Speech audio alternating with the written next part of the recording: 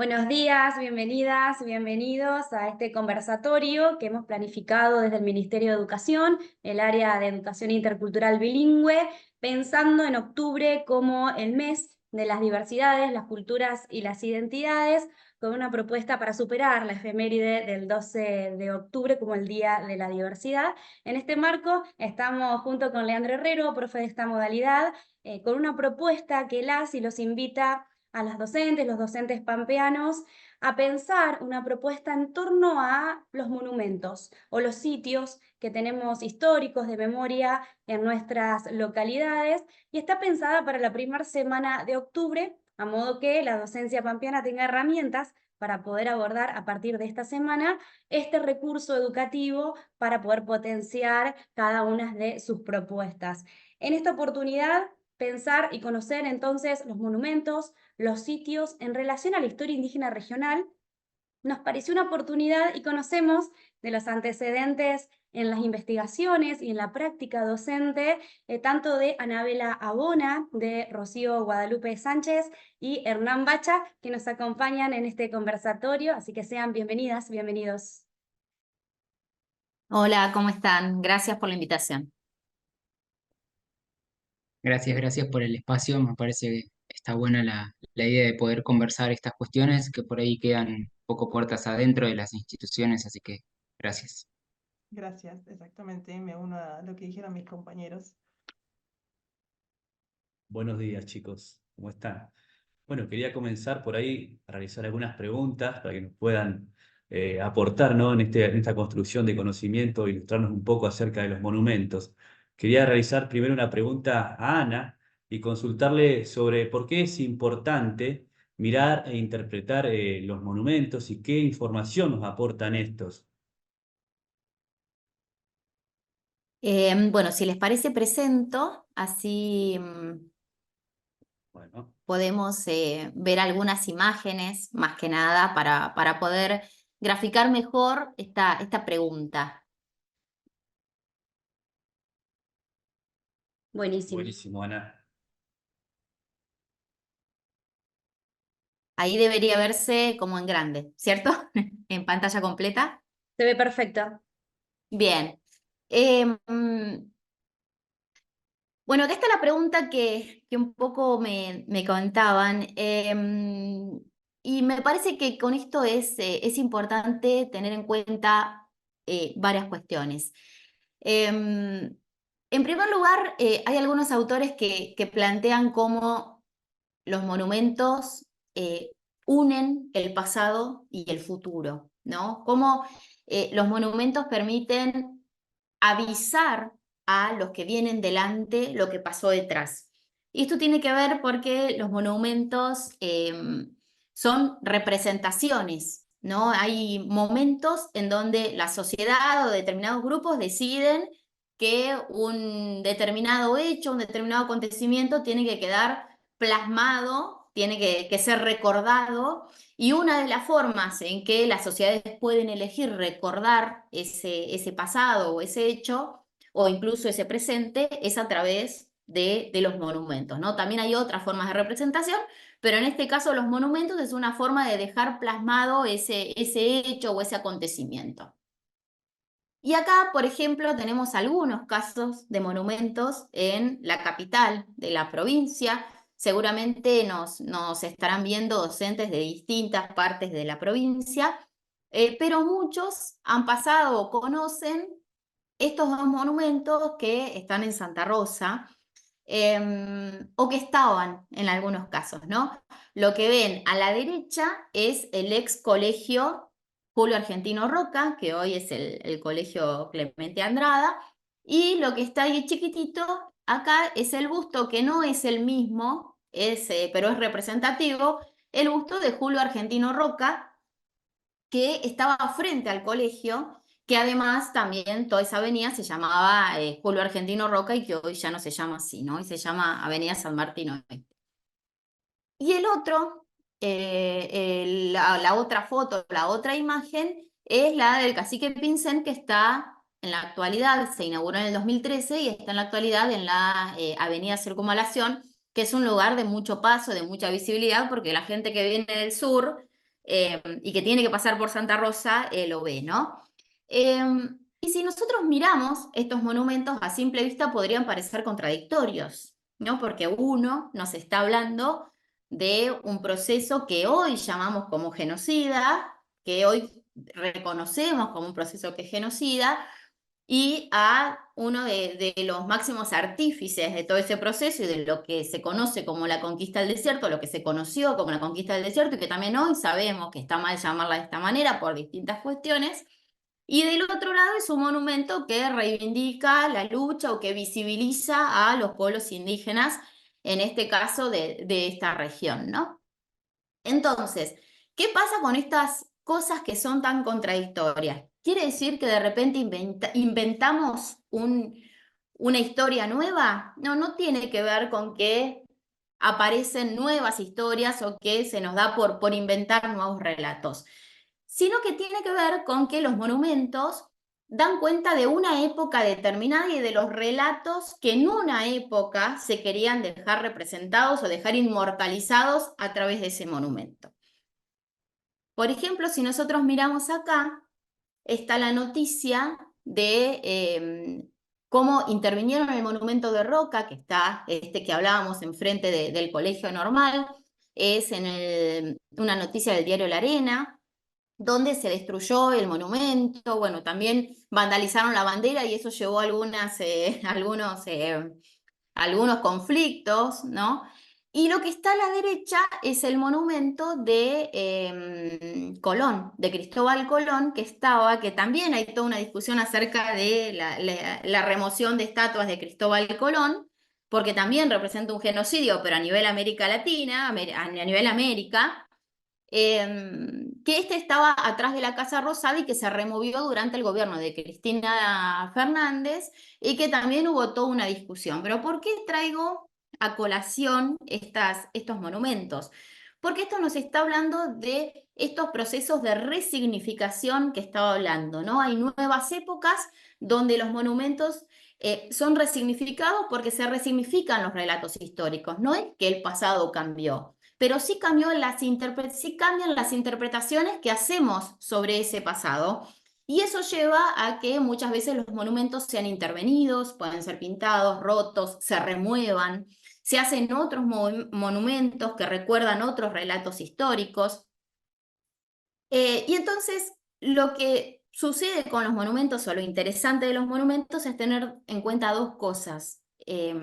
Por un lado, que nos está hablando de lo que sucedió en el pasado, pero por otro lado nos está hablando también de cuáles son los relatos que la sociedad en ese momento necesitaba recordar.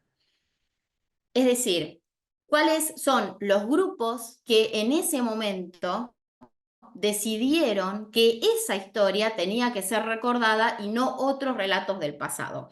Relatos del pasado existen muchos, no existe una única interpretación, pero hay determinadas épocas históricas donde los grupos de poder logran que algunos de esos relatos se consoliden como los hegemónicos, como la historia oficial, y otros queden como latentes o más ocultos, ¿no? Y hay otros momentos donde distintos factores hacen que se reinterprete ese pasado. ¿Cuáles serían estas variables? Podríamos decir 3, pero también hay muchos más.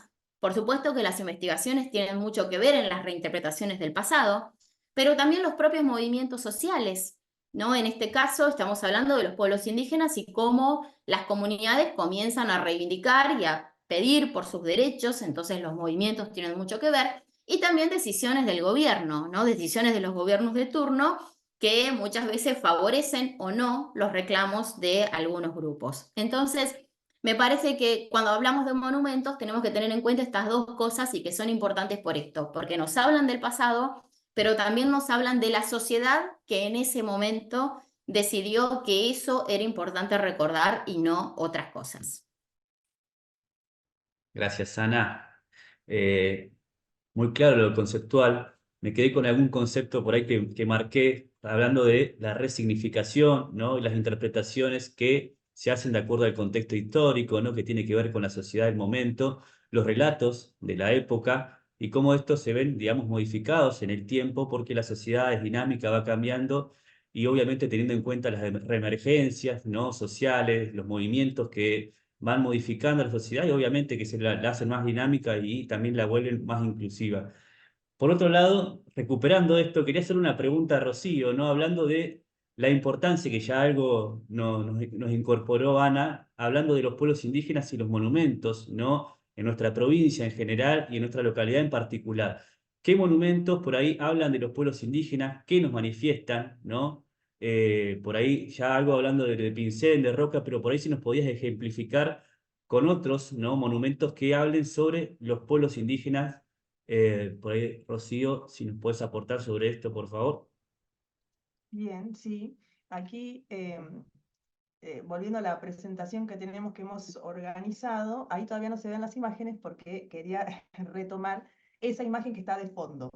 Retomar lo que decía recién Anabela, que tiene que ver con, bueno, cuáles son los relatos que en determinados momentos de la historia cristalizan, ¿no?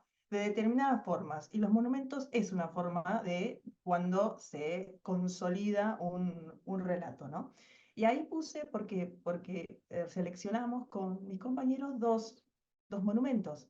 El monumento de la Pirámide de la Conquista y el monumento de Don Bosco, que también ambos son de aquí, de Santa Rosa. El primero tiene que ver con esta Pirámide de la Conquista y que tuvo varios movimientos esta pirámide. Movimientos de lugar y movimientos también de construcción de esa pirámide. Y como fondo habíamos puesto justamente la obra de Manuel Blanes, que obviamente hace alusión a la mal llamada conquista al desierto, y que se podían ver los distintos grupos, los sectores sociales que están representados y que justamente van a estar también de alguna manera incluidos o excluidos en estos monumentos. Esta pirámide de la conquista, la primera imagen que tenemos acá, es la imagen más antigua, es una imagen de 1898. Podemos decir que esto lo ha escrito Anabela en un texto para divulgación. Esta pirámide de la conquista casi nace con Santa Rosa, ¿no? Porque fíjense el año de esa foto. Fue inaugurada en 1900 la pirámide de la conquista. Esa primera pirámide de la conquista está en lo que hoy es la Plaza San Martín. Lo que pasa es que en ese momento se llamaba General Pico, luego se va a llamar Mitre, la Plaza Mitre, y después recién en la década del 40, Plaza San Martín. Entonces, en esta pirámide, que obviamente hace alusión a que se llamó, hace alusión a la conquista del desierto, justamente. Pero ¿por qué pusimos ahí mito de origen y mito cesador? Porque justamente es una pirámide que se la piensa homenajeando, para homenajear la denominada conquista al desierto, pero esa imagen, ese tipo de monumento, es una réplica de lo que fue el primer monumento que tuvo el territorio rioplatense, que fue en 1811 la pirámide de Mayo, ¿no? O sea, al año de la Revolución de Mayo, se construye el primer monumento, que es la pirámide de Mayo, que lo único de diferente es que no tenía, como sí tiene la pirámide de la Conquista, una estatua alegórica de la libertad. Yo ahí pusimos un cuadro de 1841 de Carlos Pellegrini, Fiestas Mayas, donde está representando la plaza actual, la Plaza de Mayo, ¿no? Y aquí se ve en el centro lo que sería la pirámide de Mayo. Después, en 1856, se le agrega la Estatua de la Libertad, ¿no? Que es como la conocemos hoy. Entonces, ¿por qué esto? Por eso digo que el mito de origen y el mito civilizador se unen en un mismo monumento, porque mito de origen tiene que ver con cuál es nuestro mito de origen, la Revolución de Mayo de 1810. Pero aquí, el primer emplazamiento de este monumento tiene que ver con la conquista al desierto, ¿no? O sea, un mito de origen se une a un mito civilizador de justamente lo que recién hablaba Anabela, sobre la afirmación del Estado, y tiene que ver con eso, ¿no? La afirmación del Estado del Estado-nación, ¿no? Sobre en este caso, territorio indígena, ¿no? Y que ahora podemos hablar y se habla del genocidio indígena. Asimismo, esta pirámide de la conquista fue trasladada, ahí en esta foto que está en el medio, es una foto que antes de ser trasladada, está en primer plano, hay un busto de Sarmiento, pero es la actual Plaza San Martín, y acá en el fondo está la pirámide. En el 40, en 1940, lo que se hace se demole esta pirámide, se construye otra nueva en el actual lugar donde está emplazada, que es ahí donde está la vieja estación del ferrocarril. Y ahí es cuando se cambia de nombre y se emplaza en el lugar donde estaba la pirámide el actual estatua de San Martín. Se lleva al lugar donde está hoy la pirámide y en el 2011, perdón, hay una resignificación de ese lugar, porque cuando se traslada ahí, se vuelve a hacer la pirámide de la conquista, se ubica en una plazoleta que se le denomina también Plaza de la Conquista, como dice ahí aquí la placa. Pero en el 2011 hay una resignificación, y esto tiene que ver con lo que decía Anabela recién, y se cambia el nombre y se le se la vuelve a renombrar como monumento de homenaje a la Revolución de Mayo, ¿no? Entonces ahí vuelve, no vuelve, porque nunca fue en su origen aquí en Santa Rosa como monumento a la Revolución de Mayo, pero sí en su origen nacional, vuelve al origen nacional, ¿no? Esto por un lado, digo, porque acá se pueden ver dos cosas.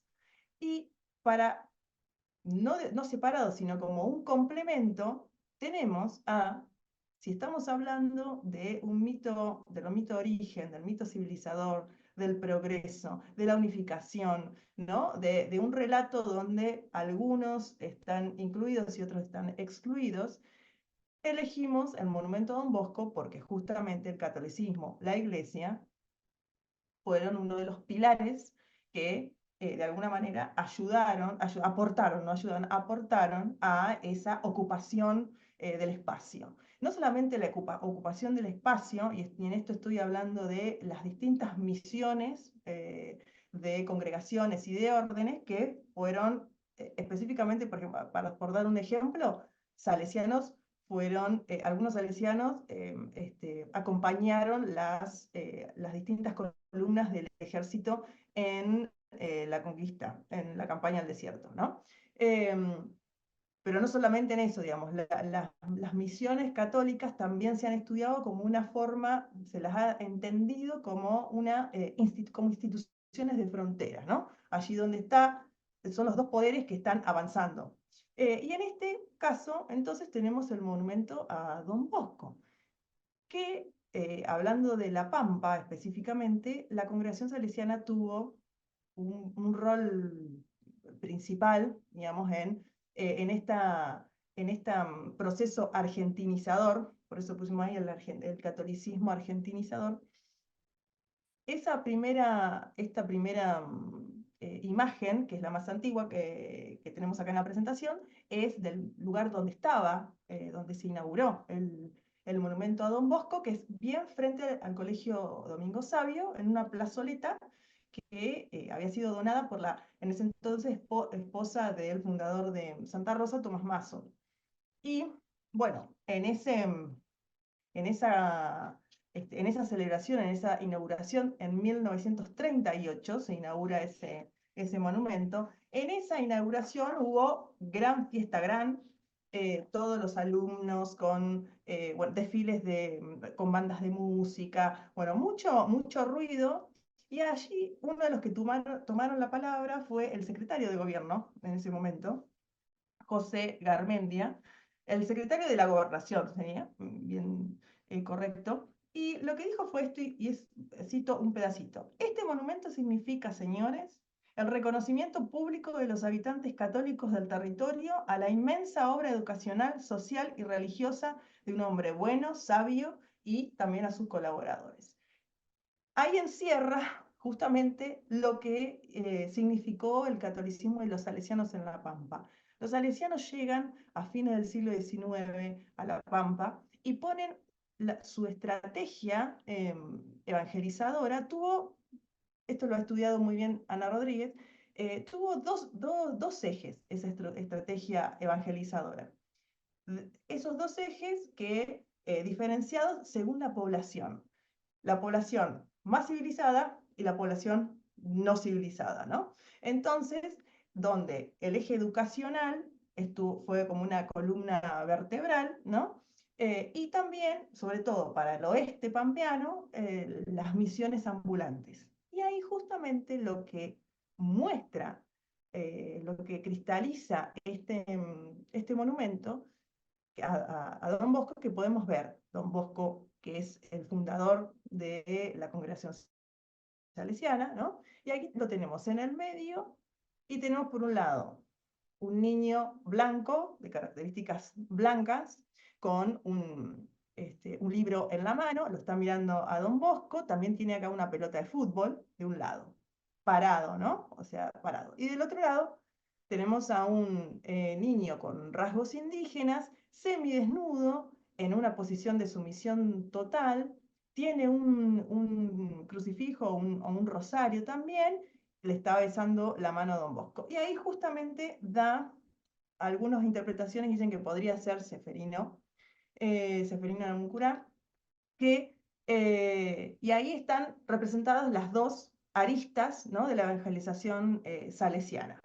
Y ahí las imágenes que les agregamos, una justamente tiene que ver, es de la imagen desde la década del 20, 1920, como los salesianos, aquí está el sacerdote, los salesianos hacían esas misiones ambulantes por el territorio y por el oeste, ¿no? Y muchas veces se iban con esas carpas que armaban cuando se encontraban con gente, en este caso vemos niños, y armaban las misiones. Y acá se dice carpa María Auxiliadora, por ejemplo. Y aquí la otra imagen es una de las 15 mayólicas que pintó Andrés Arcuri en la década de 1980, que seguramente muchos las deben conocer porque está emplazada en el paraje Padre Huodo, y ahí son 15 mayólicas donde te cuentan la historia de La Pampa a partir del catolicismo, ¿no? Entonces, bueno, de alguna manera, estos dos, bueno, y en el medio, obviamente acá, en el medio de esta mayólica, son mayólicas que tienen 1 metro por 1 metro, son bastante grandes.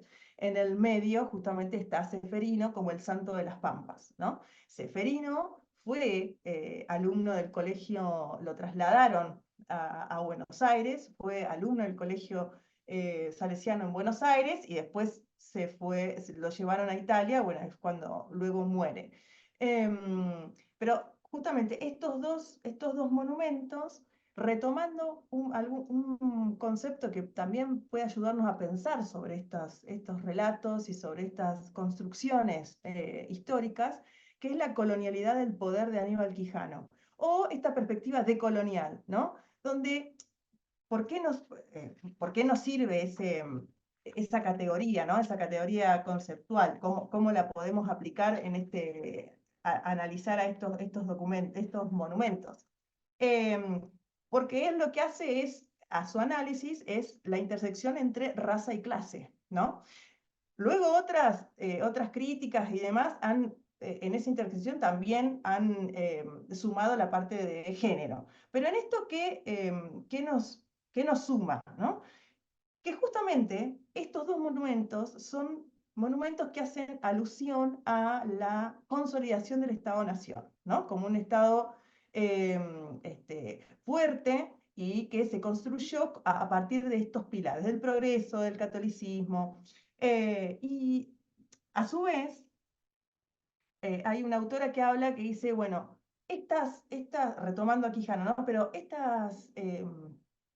estos países, ¿no?, que tuvieron un pasado colonial, al construirse los estados-nación, no dejan el colonialismo allá, sino que muchas veces se reactualiza, ¿no? ¿Y cómo lo vemos reactualizado o cómo se muestran esas heridas coloniales? Bueno, esta es una forma de verlas, por ejemplo, ¿no? Y en lo concreto, ¿cómo eso impacta en la sociedad? Y cuando vemos la diferenciación en el acceso a los servicios, a la educación, al trabajo, ¿no? Supuestamente las repúblicas fueron construidas a partir de la igualdad ante la ley, la libertad y demás, pero después vamos a la práctica y eso no sucede como tal, ¿no? O personas incluidas y excluidas en este relato histórico. Así que bueno, eso básicamente queríamos compartir con ustedes en relación Gracias, con esto. Rocío. Me quedé con estos conceptos que me parecieron significativos, ¿no? El mito de origen, el mito civilizador, y de qué manera, ¿no? El Estado quería consolidar, ¿no? Una historia, ¿no? Que era la historia oficial que querían contar a partir de la afirmación y la construcción de estos monumentos, que eran lo que querían mostrar, ¿no? Y en este afán de homogeneizar y de visibilizar una parte de la historia que era la parte, ¿no? De los ganadores, entre comillas, y después, posteriormente, también con lo que fue la evangelización, ¿no? Y la construcción de la identidad del argentino, ¿no? A partir de ciertas categorías conceptuales, con ciertos atributos que debía poseer para ser considerado como tal, ¿no? Ese concepto que me parece tan fuerte de argentinizar a la población. Bien, quería por ahí, Exacto. Y ahí sí, una cosita que en relación con eso, que me olvidé de decir, que en las imágenes donde se mostraba a los salesianos, que tienen que ver con ese proceso argentinizador, cómo se hizo, además de, o sea, post-conquista, tiene que ver con la educación. Y eso que vos decías de argentinizar, básicamente dos cosas: aprender el idioma, ¿no? Ujú. Y la cultura, o sea, todo lo que tenía que ver relacionado con la cultura indígena no se permitía, digamos, ¿no? En la escuela había que aprender el idioma español y las pautas occidentales, ¿no? Y una historia argentina con esas aristas, ¿no? buenísimo. Gracias, Rocío. Quería justamente a partir de esto que mencionás, ¿no? De la construcción de la identidad y el rol que tuvo la educación, ¿no? En esta construcción identitaria, ¿qué aportes, ¿no? Podemos darles desde la educación, ¿no? O de qué herramientas, qué estrategias podemos utilizar para llevar al aula a los monumentos y cómo deconstruirlo, de qué manera, de qué herramientas pedagógicas podemos utilizarnos o valernos para llevar como una propuesta para trabajar dentro del aula. Se lo quería hacer a Hernán a esta pregunta. Perfecto. Bueno, vamos hacia ello entonces. En realidad la propuesta que bueno, nos convida Ana, que es la especialista en el tema, en realidad surge del trabajo conjunto que realizamos en el instituto, en el Centro Regional de Artes de la provincia, el Instituto de Formación Terciaria. Allí llevamos un poco adelante la idea, la experiencia de pensar a estos monumentos y estos relatos históricos, historiográficos, desde el aula en función del valor que tienen en términos educativos, pero también en términos formativos, en términos de construcción ciudadana, podríamos decir, ¿no? Allí, desde el CREAR, como lo conocemos, radicado acá en Santa Rosa, pensamos desde las materias historia de la educación, historia política de la educación e historia social argentina y latinoamericana en una propuesta conjunta entre los tres profesorados.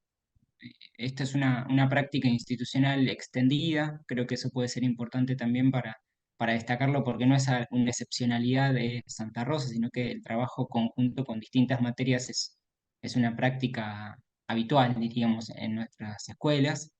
Y desde allí entonces lo que hicimos, enmarcados en la Semana de los Pueblos Indígenas y articulando también con los contenidos que habíamos trabajado y las propuestas áulicas vinculadas a la formación del Estado, a la construcción de las identidades latinoamericanas, propusimos un recorrido por una serie de monumentos que son los que mencionaron tanto Rocío como Anabela.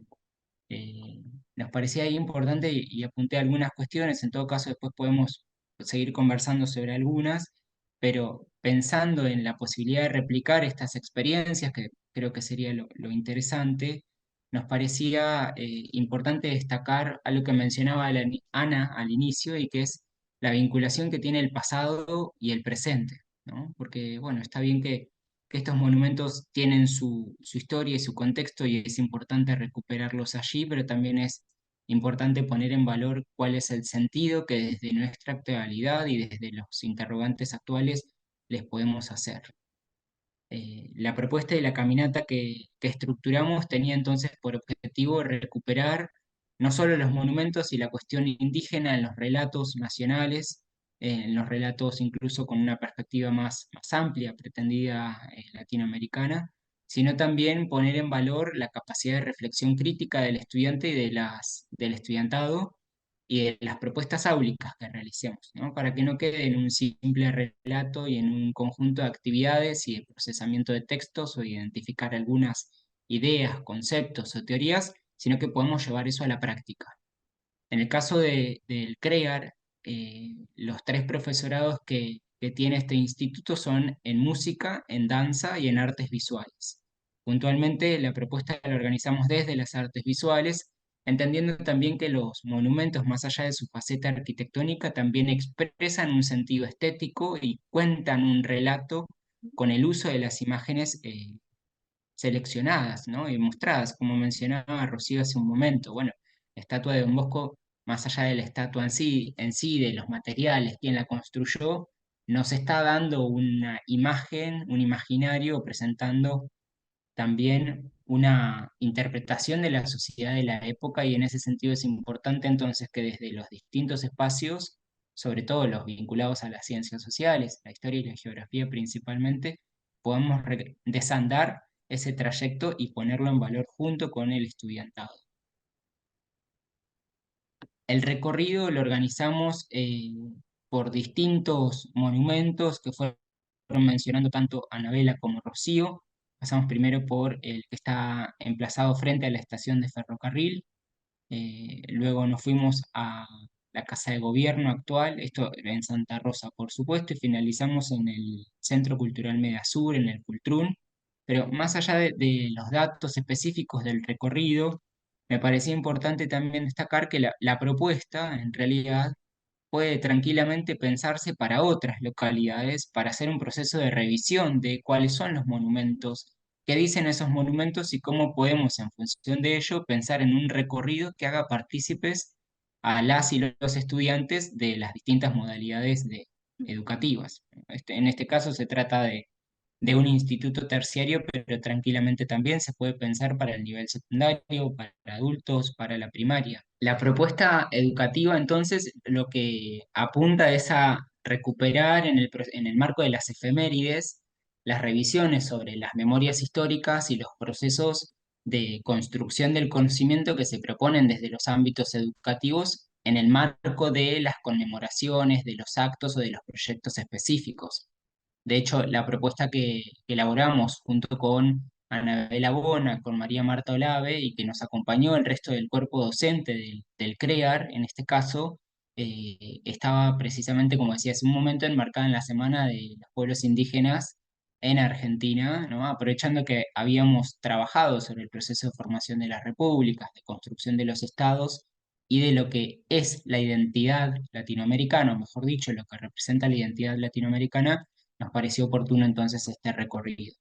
Eh, Mencionábamos que transitamos por algunos lugares de Santa Rosa, pero que nos parecía importante, esto como otro punto a destacar, la necesidad de tratar de replicar estas instancias de aprendizaje colaborativo y en territorio en distintas localidades, ¿no? Todas las localidades tienen sus monumentos, sus conmemoraciones, sus placas, entonces ahí sería interesante poder pensar en los distintos niveles en estas prácticas de enseñanza y de aprendizaje significativo, ¿no? De hecho, en función de lo que mencionaban Anabela y Rocío también, estas propuestas nos permitirían pensar en la interconexión entre distintas escalas, ¿no? En pensar desde los espacios locales, su vínculo con el ámbito nacional, como mencionaba bien Rocío, pero también con otros espacios para pensar en términos latinoamericanos, inclusive sé que puede sonar un poco exagerado, pero no tiene nada de descabellado pensar que estos temas, así como otros,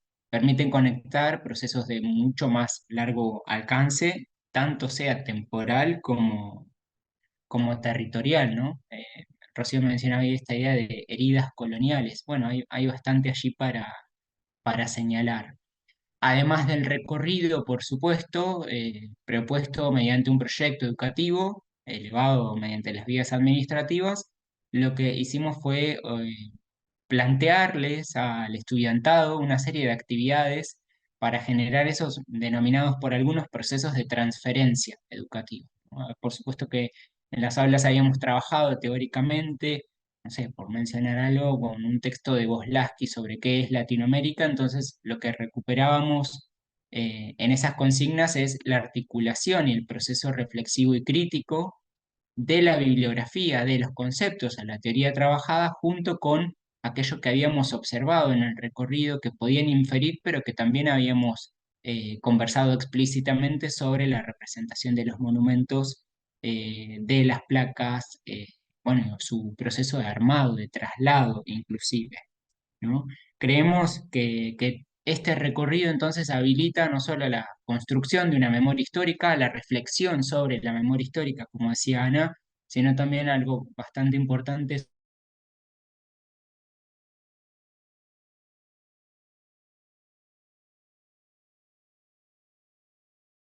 presente, y qué uso entonces en función de la pregunta que hacía Leo, le podemos dar en el ámbito educativo. Bueno, son varios los usos, ¿no? Pueden ser tanto desde la revisión y consolidación de los conceptos teóricos y de los procesos cognitivos de aprendizaje, hasta la revisión crítica y reflexiva para la construcción de una ciudadanía más comprometida.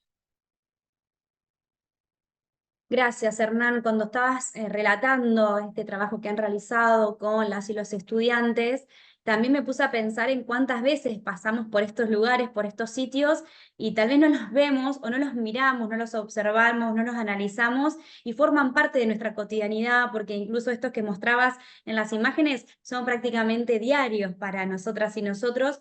Entonces, por ahí esta propuesta de volver a mirar, ¿no? Frenar, volver a mirar, volver a preguntarnos qué historia nos quiere contar ese lugar, ese sitio, ese monumento, y que a partir de ahí, si no tenemos las respuestas, bueno, tenemos las personas idóneas para que nos acompañen en buscar nuevas maneras de renarrar, de recontar o reescribir incluso la historia de nuestro territorio, y en este caso particular de los pueblos indígenas, pensando sobre todo en lo que convoca justamente este conversatorio, en cuáles son esas identidades, esas culturas que se muestran o que se mostraron, las que todavía siguen invisibilizadas, y cuáles son las que nosotros, como sujetos sociales activos, como sujetos políticos, podemos comenzar a mostrar, ¿no? O a visibilizar, ¿no? Quitarle el velo a ese negacionismo histórico, y ser constructores también de estos relatos. Y me parece que un poco de esta convocatoria que hicimos hacia ustedes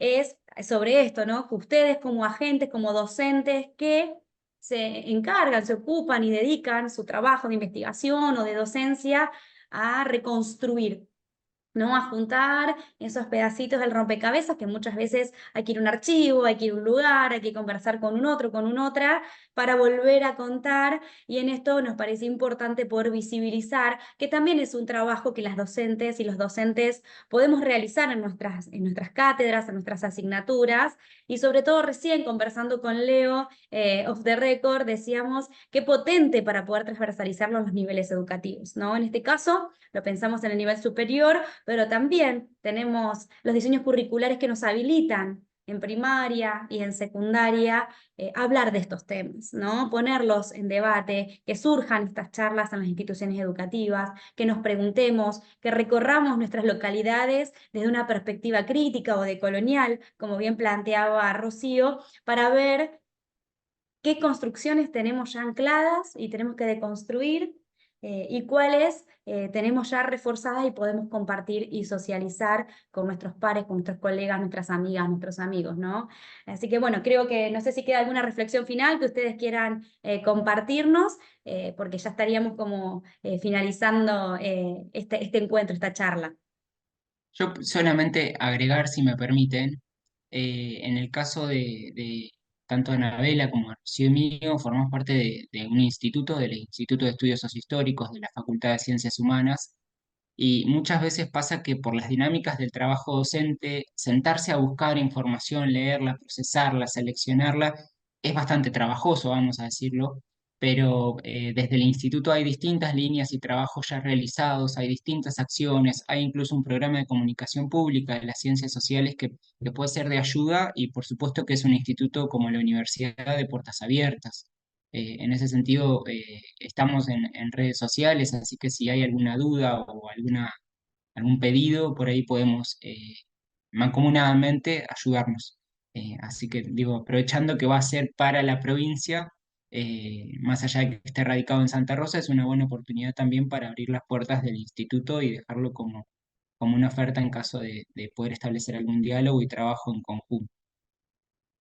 Quería agregar algo en la misma línea que Hernán, porque lo venía pensando, y que por ahí invitar a las docentes o los docentes que se animen a hacer estas propuestas, porque no se necesita necesariamente ser especialista en el tema, sino que se puede buscar información, que hay artículos publicados, se puede leer. No se necesita ser un especialista en la temática indígena o en la temática de los monumentos para poder llevar al aula estas propuestas, que además son que incluyen a distintas áreas. Entonces se pueden pensar como propuestas no solamente para la historia, sino también para la geografía, para la antropología, para la sociología, para distintas ramas, distintas materias, tanto de secundario como de nivel superior. Así que, y además también es muy productivo siempre poder analizar viendo y un poco fuera del aula, ¿no? Tener la experiencia de estar fuera del aula y estar como en vivo y en directo y poder construir un conocimiento colectivo, porque es entre todas y todos, entre los docentes y los estudiantes que participan, directivos que generalmente se suman, gente de la calle que muchas veces nos ve también en los recorridos y también se suma. Entonces se construye un conocimiento desde otro lado, con distintos actores y también en esta palabrita que se usa bastante también hoy en territorio, ¿no? Viendo en vivo y en directo aquello que se quiere contar o sobre lo que se está comentando. Yo nada más porque me sacó la palabra de la boca Ana, poner el foco en la construcción colectiva del conocimiento. Eso es básico. No pensemos que el conocimiento se construye solamente en la academia y veamos a la universidad como de puertas cerradas, sino todo lo contrario. Todo lo más rico viene de la construcción de manera colectiva de ese conocimiento, porque todos tenemos conocimientos diferentes, aportamos diferentes miradas, bueno, entonces ahí es cuando lo que sale de ahí es muchísimo más rico que alguien encerrado escribiendo en cuatro paredes sobre algo, ¿no? Simplemente eso.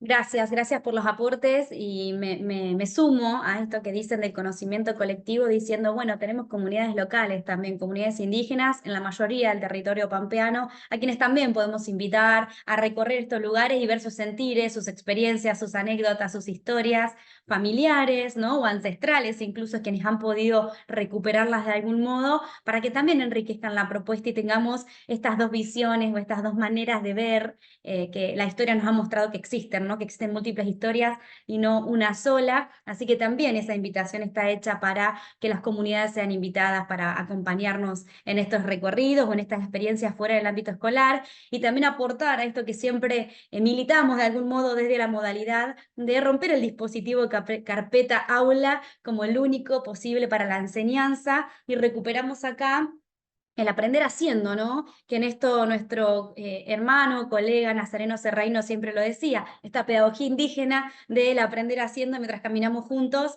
ir contándonos las cosas, ir mirando, ir tocando, ir sintiendo, también es una manera muy potable de aprender y que obviamente a las y los estudiantes los motiva por demás a involucrarse, ¿no? En la propuesta que estamos haciendo, a involucrarse física y también intelectualmente, así que nos parece una propuesta pedagógica más que interesante. Vamos a agradecerles muchísimo el tiempo que han destinado a compartir sus experiencias con la docencia pampeana, a colaborar con esta modalidad de educación intercultural bilingüe, y bueno, esperamos que los diálogos continúen entre este equipo de trabajo. Muchas gracias. Gracias, chicos. No, gracias a Gracias. ustedes, un placer.